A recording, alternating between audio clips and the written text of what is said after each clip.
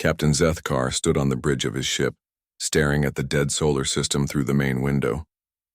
The Sol system had been quiet for 300 years. No signals, no life, nothing but empty space and cold planets. His crew called it the graveyard of humanity. Another boring day in the dead zone, muttered Dr. Kintal from her science station. She was the ship's expert on old human stuff. For 20 years she had studied their broken cities and rusty machines. Same old floating junk and dead rocks. Zethkar nodded. The Galactic Coalition had sent them here to check for salvage. 7 different alien races worked together in the Coalition now. They shared technology, traded goods, and kept peace in the galaxy. But humans were just ancient history, like a cautionary tale about what happens when a species destroys itself. "Sir, I'm getting something weird," called out Navigator Velmos from his console. His 3 eyes focused on the screen and his tentacles moved quickly over the controls. "There's an energy reading way out past the last planet. It's big." Zethkar walked over to look at the display. A strange signal pulsed on the scanner, far beyond where anything should exist. "How big?" "Really big, sir. Bigger than our ship. Maybe bigger than a Coalition battlecruiser." Dr. Kintal looked up from her work. "That's impossible. We've scanned this system a dozen times. There's nothing out there but ice and rocks." "Set course for the signal," Zethkar ordered. "But stay alert. If humans left something dangerous behind, I want to know about it before we get too close." The ship moved deeper into the outer system. The energy signature grew stronger with each passing hour. When they finally got close enough to see what was making the signal, the entire bridge fell silent. A massive ship floated in the darkness. It was huge, at least 2 kilometers long and half a kilometer wide. Strange lights pulsed along its hull like a heartbeat. The design was unlike anything they had ever seen. It looked both ancient and impossibly advanced at the same time. "By the void," whispered Dr. Kintal. "That's a human ship. But it's perfect. Not a single scratch or dent. How is that possible after 300 years? "Sir," Velmos said, his voice shaking, "the ship is surrounded by some kind of energy field. It's been keeping everything in perfect condition." Zethkar stared at the enormous vessel. His people, the Vraxians, were known as great warriors, but this ship made their biggest battleships look like toys. "Can you identify the class? What kind of weapons does it have?" "I'm seeing hundreds of weapon ports," the navigator replied. "Energy cannons, missile tubes, and things I can't even identify." "This isn't just a ship, sir. It's a fortress." Dr. Kintal was working frantically at her station. "The energy field is some kind of time stasis bubble. Everything inside has been frozen in time. But the field is weakening. It might collapse at any moment." As if responding to her words, the energy field around the human ship began to flicker. Slowly it faded away completely. The ancient vessel hung in space, no longer protected by its mysterious shield. Then something impossible happened. Lights began turning on all over the ship's hull. Power flowed through systems that should have been dead for centuries. The massive vessel was waking up. "Sir, we're being scanned," Velmos reported. "Their sensors are more powerful than ours. They're learning everything about our ship. Should we run?" asked Dr. Kintal. Before Zethkar could answer, their communication system crackled to life. A voice spoke in perfect galactic standard, the common language used by all Coalition species.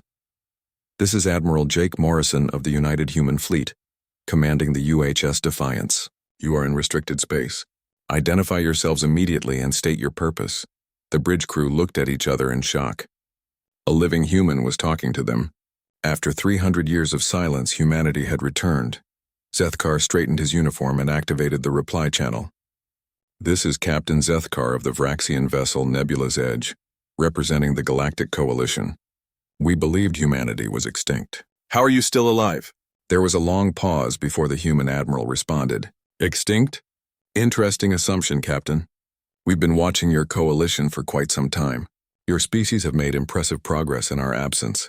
Watching us," Dr. Kintal whispered. "How long have they been out there?" The admiral's voice continued.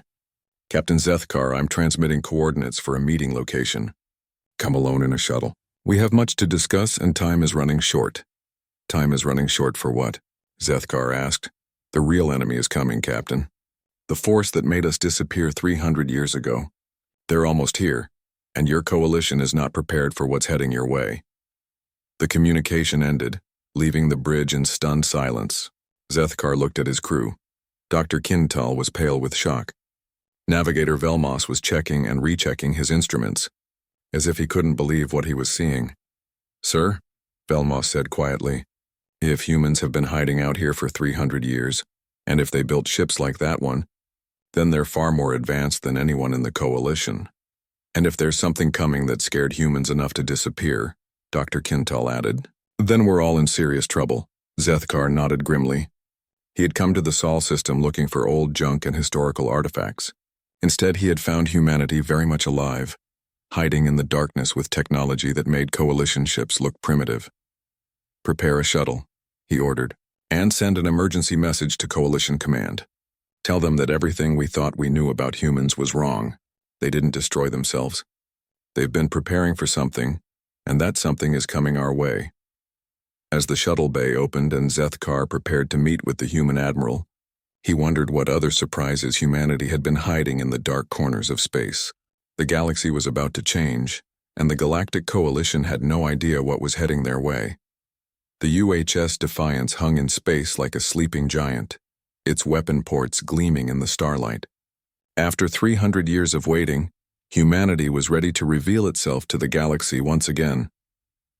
Admiral Jake Morrison opened his eyes and felt the familiar tingle of coming out of cryosleep. The medical bay was quiet except for the soft hum of machines. He had been asleep for 300 years, but it felt like closing his eyes yesterday and waking up today. "Welcome back, Admiral," said a calm female voice. It was Artemis, the ship's artificial intelligence. "All systems are functioning normally. The awakening process is complete." Jake sat up on the medical table and looked around. Hundreds of cryopods lined the walls and people were starting to wake up all around him. His crew was coming back to life after 3 centuries of sleep. "How long were we out, Artemis?" Jake asked, though he already knew the answer. "Exactly 312 years, 4 months, and 16 days, Admiral. The galaxy has changed significantly during our absence." Commander Lisa Brooks woke up in the pod next to his. She had been his tactical officer and best friend for over 20 years before they went into cryosleep. Lisa was tough, smart, and never afraid to tell Jake when he was making a mistake. "Please tell me we didn't oversleep," she said, stretching her arms. "No, we're right on time," Jake replied. "The enemy is finally coming." All around the medical bay, more crew members were waking up. Chief Engineer Ryan Hayes stumbled out of his pod, ran a hand through his gray hair, and immediately started checking the wall displays. Ryan had helped to design the Defiance and knew every bolt and wire on the ship. Dr. Amy Carter was already moving between the pods, checking on crew members as they woke up. She had developed the advanced cryosystems that kept them all alive during the long sleep. Her medical skills had saved thousands of lives during the war preparations. Lieutenant Colonel Sam Price woke up like a soldier, alert and ready for action. He commanded the ship's Marines and had trained them to fight enemies that most people couldn't even imagine. Sam never relaxed, never let his guard down, and never lost a battle. "Artemis, give me a full report," Jake ordered as he put on his uniform. "The Galactic Coalition has formed exactly as we predicted," the AI responded. 7 major species working together in peace. Their technology has advanced slowly, focusing on trade and diplomacy rather than military development. They are completely unprepared for external threats. Lisa frowned as she read the data on her tablet. "They have no idea what's coming, do they?" "None at all," Jake confirmed. "Show me the current situation." A large holographic display appeared in the center of the room. It showed the galaxy with all the Coalition worlds marked in blue. At the very edge of the galaxy, red dots were beginning to appear. "The Andromedan invasion fleet," Ryan said quietly. "After all these years, they're finally here." Dr. Carter looked up from checking a crew member. "How many ships are we looking at?" "Initial estimates suggest over 10 million vessels," Artemis replied. "Each one is equivalent to a Coalition battlecruiser. The main fleet should arrive within 6 months." The room fell silent. Even after 300 years of preparation, those numbers were terrifying. "What about our preparations?" Sam asked. "Are the defense networks ready?" "All hidden bases are operational," Artemis confirmed. "The automated defense platforms are in position. Our secret shipyards have produced the fleet exactly as planned. However, we cannot win this war alone." Jake nodded. That had always been the plan. Humanity would prepare in secret, but when the time came, they would need allies. The problem was convincing the coalition to trust them. "Sir," said Chief Communications Officer Ben Wright, who had just woken up, "we've made contact with a coalition vessel. The captain is requesting a meeting." "Good. We need to start somewhere," Jake said. "What do we know about coalition military capabilities?" "They're about 200 years behind our current technology," Ryan reported. "Their fastest ships can't even reach half light speed. Their weapons are basic energy blasters and simple missiles. Their shields couldn't stop our lightest weapons. But they have numbers," Lisa pointed out. "Millions of ships, billions of soldiers, and industrial capacity across hundreds of worlds. Numbers won't matter if their technology can't hurt the enemy," Sam said grimly. "We need to upgrade their entire military in 6 months. That's impossible." Dr. Carter looked up from her medical checks. "We could share our bio-enhancement technology, make their soldiers stronger and faster.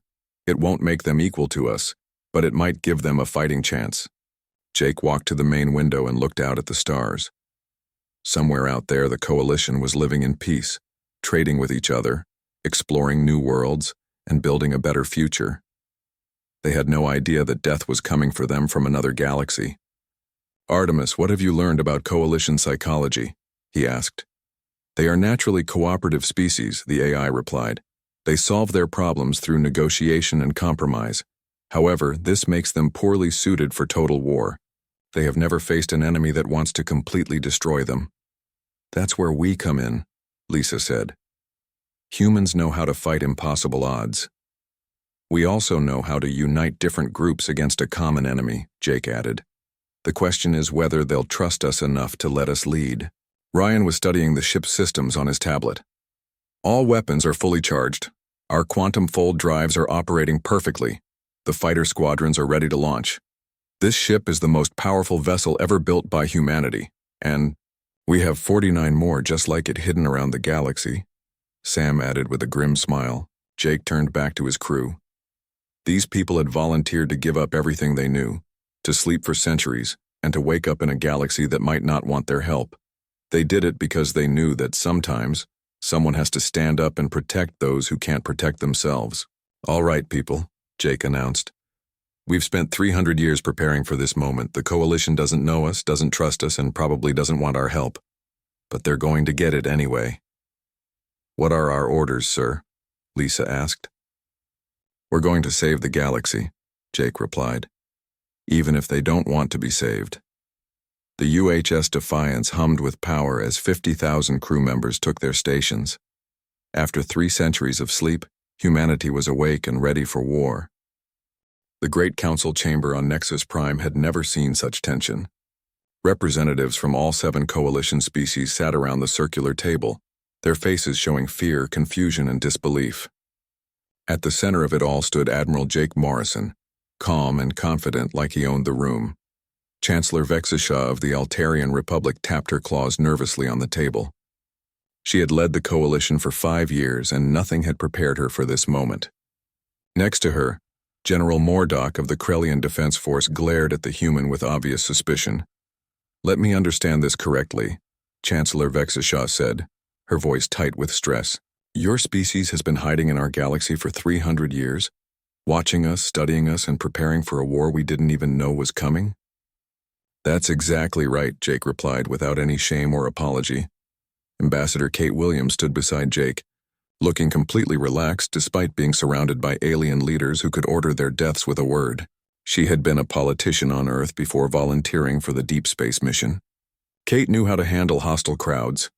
"We understand your concerns," Kate said smoothly, "but you need to focus on the real threat. The Andromedans will be here soon, and when they arrive, they won't negotiate. They won't take prisoners. They'll simply destroy everything in their path." "How do we know you're telling the truth?" demanded Senator Korhan of the Thexian Dominion. His purple skin had turned darker with anger. "You could be invaders yourselves trying to trick us into surrendering." Jake smiled, but it wasn't a friendly expression. "If we wanted to conquer you, Senator, we would have done it already. We've had 300 years to study your defenses. We know where every one of your ships is located. We know your weapons, your strategies, and your weaknesses.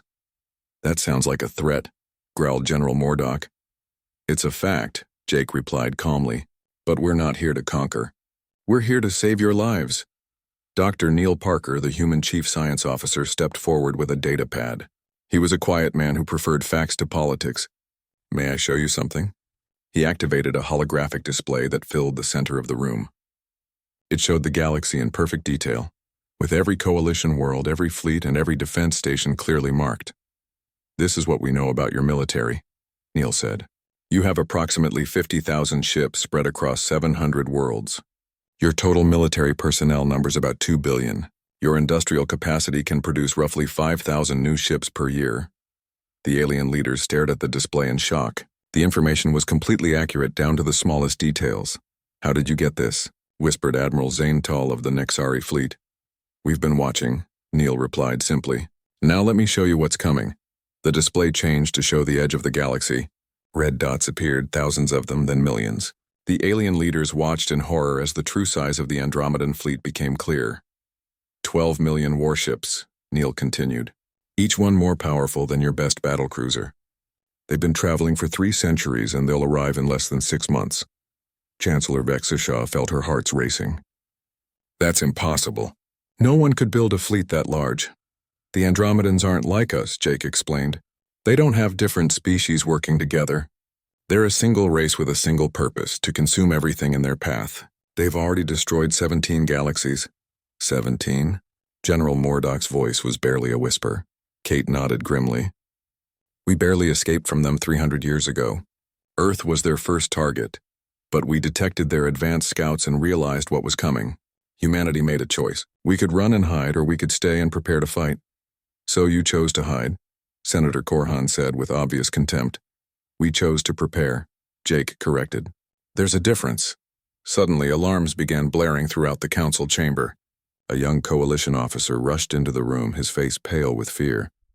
Chancellor, he gasped, our deep space monitoring stations have detected unknown ships at the galaxy's edge. Thousands of them. Jake and Kate exchanged glances. The scouts have arrived, Jake said quietly. What scouts? Chancellor Vexishaw demanded. The Andromedan Advance Force, Jake explained. They always send scouts ahead of the main fleet to study local defenses. General Mordock stood up, his massive frame towering over everyone in the room. Then we'll send our ships to meet them. Show them that the coalition won't be intimidated. That would be a mistake, Kate warned. Your ships aren't equipped to fight them. We'll see about that, the general growled, activating his communication device. This is General Mordock to Coalition Command. Launch the Third Fleet immediately. Intercept the unknown vessels at coordinates. General, stop, Jake said urgently. You're sending those crews to die for nothing. Better to die fighting than to surrender without a battle, Mordock replied. 3 hours later, the coalition received reports from the battle zone. The Third Fleet had encountered 30 Andromedan scout ships. The coalition force had included 200 warships and 20,000 crew members. The battle had lasted exactly 4 minutes. There were no survivors. The council chamber was completely silent as Admiral Zaintal read the report. His hands were shaking. 30 enemy ships destroyed our entire Third Fleet. They didn't even slow down. The scouts are continuing toward our inner systems. Chancellor Vexishaw looked at Jake with new understanding. What do you need from us? Complete authority over all coalition military forces, Jake replied without hesitation. Emergency powers to implement wartime protocols, and the trust to let us do whatever is necessary to save your people. You're asking us to surrender our independence, Senator Korhan protested. I'm asking you to live, Jake said bluntly. The Andromedans don't care about your politics, your culture, or your independence. They only care about consuming everything you've built. General Mordock slumped in his chair, the fight gone out of him. How many ships do you humans have? Enough, Jake replied. But we'll need your industrial capacity, your personnel, and your complete cooperation to upgrade your defenses in time. Chancellor Vexishaw looked around the room at her fellow leaders. Fear had replaced anger in their eyes. The death of the Third Fleet had shown them the truth. They were facing an enemy they couldn't fight with their current technology. What guarantee do we have that you won't simply take over once the threat is gone? She asked. Jake considered the question seriously. You have my word as a human and as an officer. We didn't spend 300 years in hiding just to become conquerors. We did it to protect life in this galaxy. Kate stepped forward. Chancellor, we understand your fears. But right now you have two choices. Trust us and fight for survival, or face the Andromedans alone and watch everything you've built turn to ash. The alien leaders looked at each other, communicating in ways humans couldn't understand. Finally, Chancellor Vexishaw stood up. The Galactic Coalition accepts your terms, Admiral Morrison. God help us all. The dead system was perfect for what Jake needed to do. 3 burned-out planets circled a dying star, and old space hulks floated in the darkness like metal ghosts. He had chosen this place carefully, far from any inhabited worlds, where he could show the Coalition exactly what human technology could do. The UHS Defiance hung in space alongside 12 Coalition ships. Admiral Zaintal commanded the Coalition observers from his flagship, the Pride of Nexus. General Mordock was aboard as well, still suspicious of human intentions despite the recent defeats. Admiral Morrison, came Zaintal's voice over the communication channel, we're ready to observe your demonstration. But I must say, some of my officers believe this is unnecessary. We've seen combat before. Jake smiled as he stood on the bridge of the Defiance. Commander Lisa Brooks worked at the tactical station, preparing the ship's weapons. Around them, the crew moved with calm efficiency that came from years of training. Admiral, what you've seen is warfare between civilized species, Jake replied. What's coming isn't civilized. Today, you'll see what humans do when civilization isn't enough. Dr. Amy Carter was monitoring the bioenhancement systems. Over the past week, she had worked with Coalition medical teams to begin upgrading their soldiers. The process was slow, but some Coalition personnel were already showing improved strength and reaction times. Chief Engineer Ryan Hayes had spent every waking moment studying Coalition technology. Their ships were sturdy and reliable, but hopelessly outdated. Still, with the right modifications, they might be able to survive what was coming. All stations report ready, Lisa announced. Begin the demonstration, Jake ordered. The first test was simple accuracy. 3 large asteroids drifted in the target zone, each one marked with Coalition sensors. The Defiance's quantum torpedo arrays locked onto the targets and fired. The Coalition observers watched in amazement as the torpedoes bent space-time around themselves, reaching the targets almost instantly. The asteroids didn't just explode. They were completely vaporized, turned into clouds of superheated particles. By the void, whispered General Mordock. Those asteroids were solid iron. Each one was larger than a Coalition cruiser. Now watch this, Jake said. The Coalition ships opened fire on the Defiance with everything they had. Energy beams, missiles, and particle cannons all struck the human ship's shields. The adaptive barriers absorbed every hit without even flickering. Your weapons are registering 0 damage to our shields, Ryan announced calmly. We could sit here all day while your entire fleet attacked us. Admiral Zaintal's voice carried a note of despair. Our most powerful weapons can't even scratch your defenses. The Andromedans have similar technology, Jake explained. That's why you need us. But the most impressive display was yet to come. The Defiance's fighter bays opened and 200 sleek aircraft emerged. Squadron leader Tony Martinez led Alpha Squadron, while Captain Helen Davis commanded Beta Squadron. These pilots had trained for decades to fight enemies that moved faster than thought. The Coalition observers watched in stunned silence as the human fighters performed impossible maneuvers. They accelerated instantly, changed direction without slowing down, and moved in perfect formation while traveling at speeds that should have torn them apart. How are they doing that? Admiral Zaintal asked. Quantum fold drives, Ryan explained. Our fighters don't just move through space, they fold space around themselves. They can achieve near light speed without feeling any acceleration. Tony Martinez's voice came over the communication channel. Admiral, requesting permission to demonstrate combat maneuvers. Permission granted, Tony. Show them what human pilots can do. The fighters suddenly scattered, moving in seemingly random patterns. But to trained eyes, it was clear they were executing complex battle formations that would confuse and overwhelm any enemy. Then the real test began. Long-range sensors detected incoming ships, Andromedan scouts, the same type that had destroyed the Coalition's 3rd Fleet. Incoming contacts, announced Lieutenant Karen Foster from the sensor station. 30 Andromedan scout ships approaching fast. General Mordock's voice was tight with fear. Admiral, we should retreat. 30 ships destroyed our entire fleet. We're not retreating, Jake said calmly. All Coalition ships pull back to safe distance. Human fighters, you are cleared to engage. What happened next changed everything the Coalition thought they knew about warfare. The Andromedan scouts were fast, heavily armed and protected by shields that had easily defeated Coalition weapons, but they had never faced human fighters before. Tony Martinez led his squadron in a direct attack, using quantum fold drives to appear behind the enemy ships without warning. His wingman, Captain Steve Rogers, fired a single shot that punched through Andromedan shields like they were made of paper. Captain Helen Davis took a different approach, using her squadron to herd the enemy ships into a trap. The Andromedans found themselves surrounded by human fighters that seemed to be everywhere at once. The battle was over in less than 3 minutes. 30 Andromedan scouts, each one capable of destroying multiple Coalition battlecruisers, had been wiped out without inflicting a single casualty on the human forces. Impossible, breathed Admiral Zayental. How did you do that? Training, technology, and 300 years of preparation, Jake replied. But this was just a scout force. The real invasion fleet will have millions of ships just like these. The silence that followed was heavy with fear and realization. The Coalition had just witnessed human fighters destroy an enemy that had seemed invincible. But if this was just the advance guard, what horrors awaited in the main fleet? Admiral Morrison, General Mordaugh's voice was different now, filled with respect instead of suspicion. What do you need from us? Everything, Jake replied honestly. Every ship, every soldier, every factory, and every resource you can spare. We're going to upgrade your technology, train your people, and turn the Coalition into a force that can stand alongside humanity in this war. Dr. Carter spoke up from her medical station. We'll also need volunteers for bioenhancement procedures. The process is dangerous, but it will give your people a fighting chance against Andromedan ground forces. What about our ships?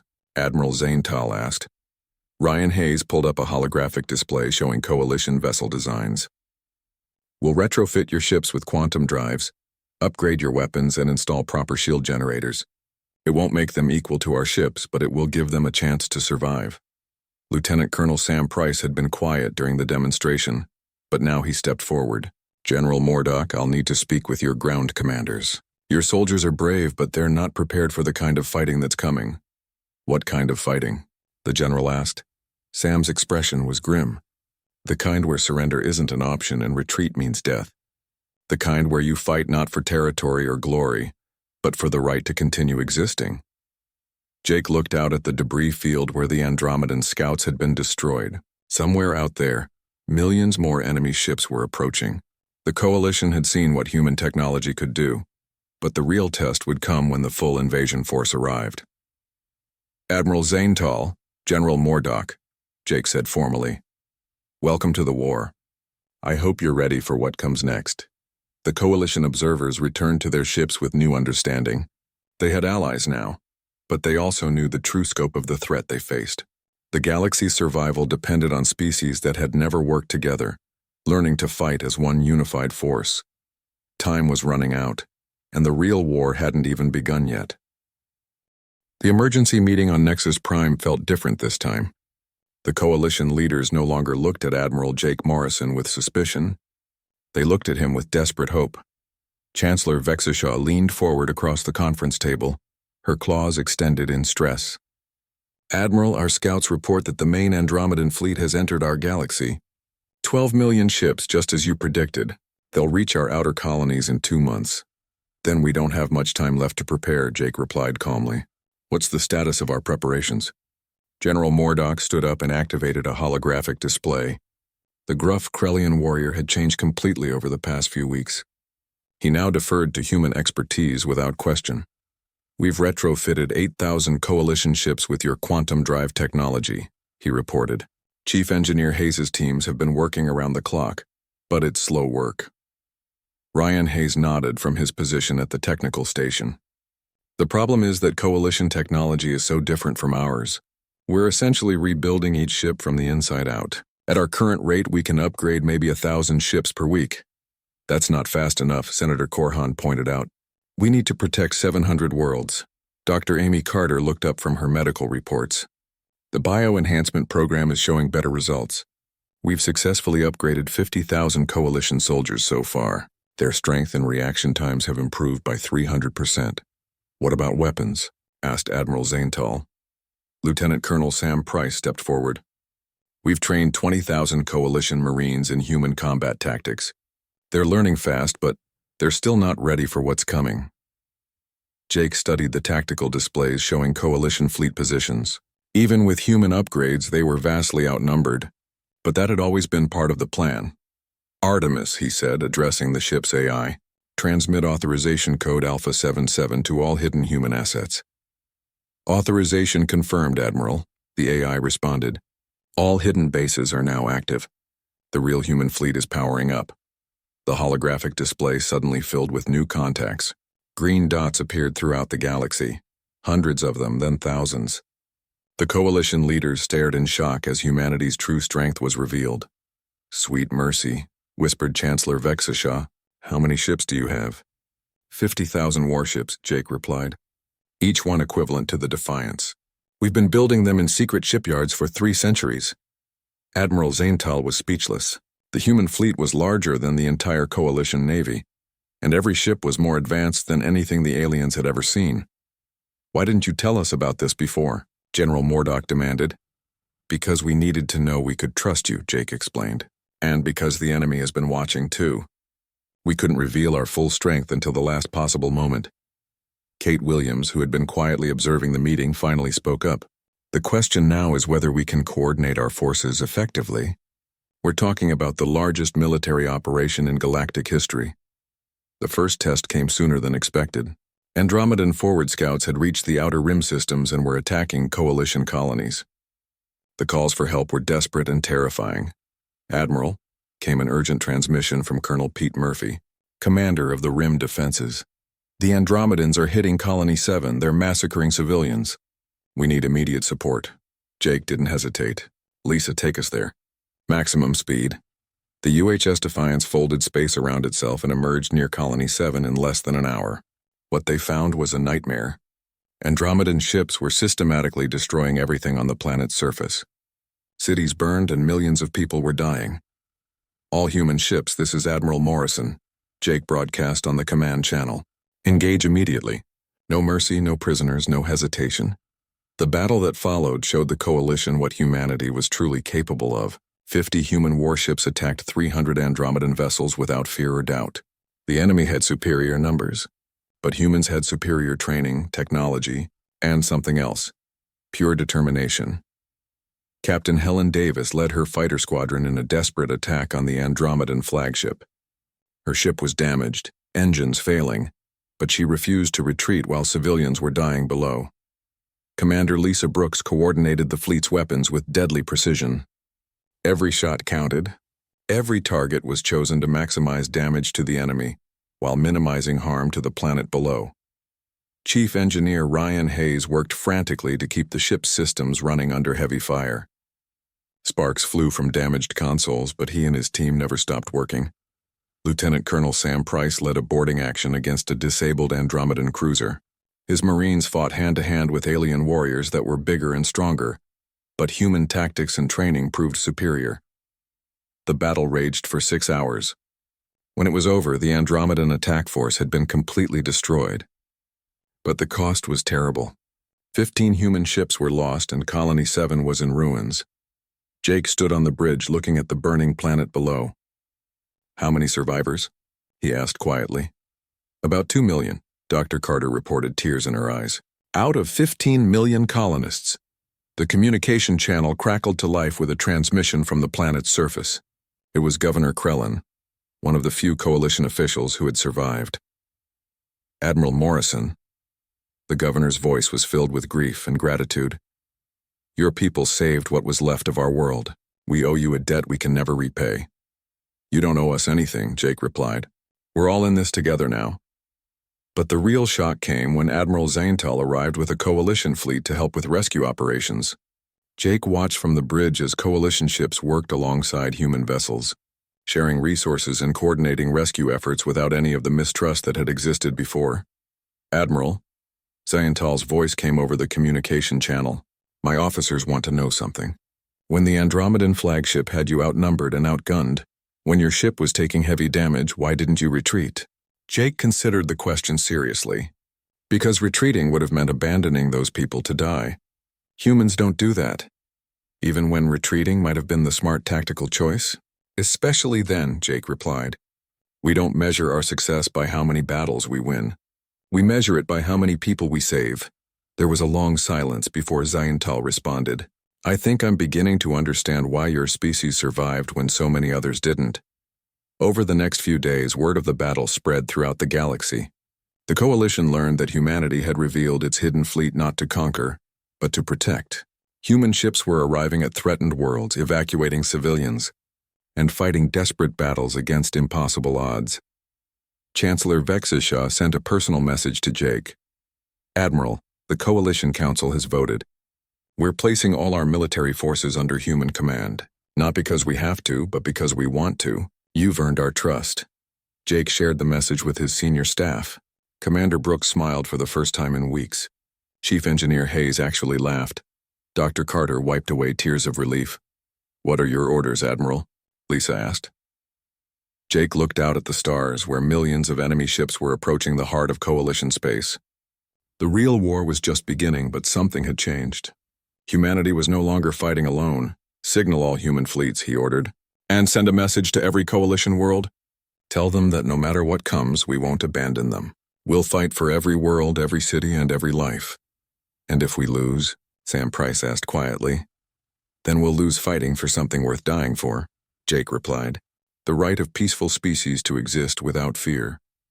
The galaxy held its breath as the largest fleet in human history, prepared for the battle that would decide the fate of all intelligent life. But for the first time since the crisis began, there was hope. Humanity had returned, and they had brought something the galaxy had forgotten: the will to fight for others, even unto death. The war for the galaxy was about to begin, and both sides knew that only one could survive.